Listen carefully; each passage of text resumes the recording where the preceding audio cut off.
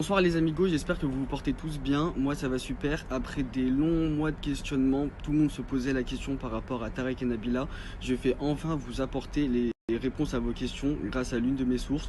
Étant donné que j'ai appris cela cette nuit, je me suis dit autant en faire une story snap parce que sur Instagram, si j'en faisais un post résumé, j'avais un petit peu peur pour mon compte, sachant qu'en ce moment ça signale un petit peu beaucoup, d'où le fait que j'ai créé un compte secondaire. Donc c'est parti les amis, je vous raconte l'histoire. Par le commencement, la famille Benatia est une famille totalement comme les autres. Il y a des embrouilles, il y a des querelles, il y a des tensions, mais en aucun cas c'est une question de notoriété, en aucun cas c'est une question d'argent ou autre. Ok. Un soir, les Vergara et les Benatia, ils étaient en repas de famille chez le père de Tarek. Nabila. Le repas se passe, ils mangent, ils discutent. D'un coup, Thomas commence à critiquer Camélia et Tarek en leur disant que s'ils en étaient arrivés là, c'était grâce à eux. Et il aurait également dit à Camélia, si t'es pas content, tu retournes livrer des pizzas. Savoir que Thomas n'apprécie pas Camélia car il juge et trouve qu'elle serait une grosse racaille. De là, la soirée vire au drame.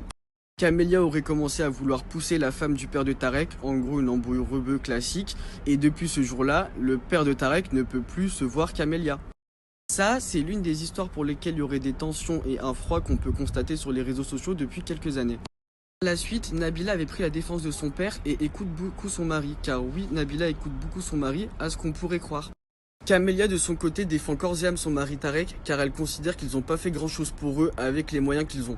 Suite à ça, Nabila et Tarek se sont reparlés car ce sont des frères et sœurs, ils s'aiment et qu'au final, ils s'étaient retrouvés indirectement au milieu d'une histoire. En ce qui concerne l'installation de Camélia et Tarek à Dubaï, l'histoire des 40 000 euros que Camélia aurait démenti en story, c'est plus ou moins vrai, je vais vous expliquer. En gros, Nabila aurait mis en contact Tarek avec une personne qui s'occupe de louer des biens à Dubaï. Et cette personne-là qui loue des biens à Dubaï aurait avancé 40 000 euros à Tarek et Camélia. Pour qu'ils puissent s'installer à Dubaï, bien évidemment, Tarek aurait remboursé l'intégralité de la somme qu'il devait au loueur et il a pu s'installer à Dubaï. Là, maintenant, vous allez me poser une question et je vais vous répondre. Vous allez me dire, mais pourquoi on voit Tarek au début du reportage de Nabila sur Prime et on le voit pas à la fin? Et bien, la réponse toute simple, le reportage Amazon Prime de Nabila a été tourné sur plus d'un an. Et ça aurait répété entre eux, entre temps, parce que Camélia ne souhaitait pas être le pantin de Nabila et de son émission. Parce que Camélia est très accrochée à l'idée qu'ils n'ont pas eu besoin de Nabila et Thomas pour arriver là où ils en sont avec Tarek.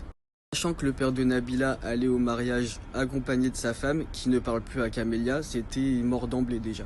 Ce qu'il faut savoir les amis, c'est que le père de Tarek et Nabila possède de l'argent à la base. Il n'a pas eu besoin de sa fille ou de son fils pour sortir, manger ou autre. Il a vraiment de l'argent. Et ce que Tarek reprocherait à son père, c'est qu'il l'aurait beaucoup laissé galérer lorsqu'il vivait à Annemasse. Et pour résumer et conclure sur cette histoire les amis, Thomas trouve que Nabila aurait trop donné à Camélia et Tarek, tandis que Camélia pense tout l'inverse et qu'au contraire ils auraient absolument rien fait pour eux. Ce qui est triste dans cette histoire, c'est que Nabila et Tarek, ce sont des frères et sœurs, ils s'aiment énormément, mais ils écoutent beaucoup leurs conjoints. Ils sont totalement soumis à eux. Et j'ai une impression, après ce n'est que mon humble avis, que depuis 2 ans, Nabila serait largement plus proche de son père, à contrario de Tarek, qui est resté vivre avec lui après le divorce de ses parents. Donc voilà les amigos, sur ce, j'espère vous avoir bien éclairé. C'était quand même un sujet dont vous vous posiez énormément la question, donc j'espère vraiment vous avoir éclairé et s'il y a d'autres informations en complément, je vous les apporterai en story, vous inquiétez pas.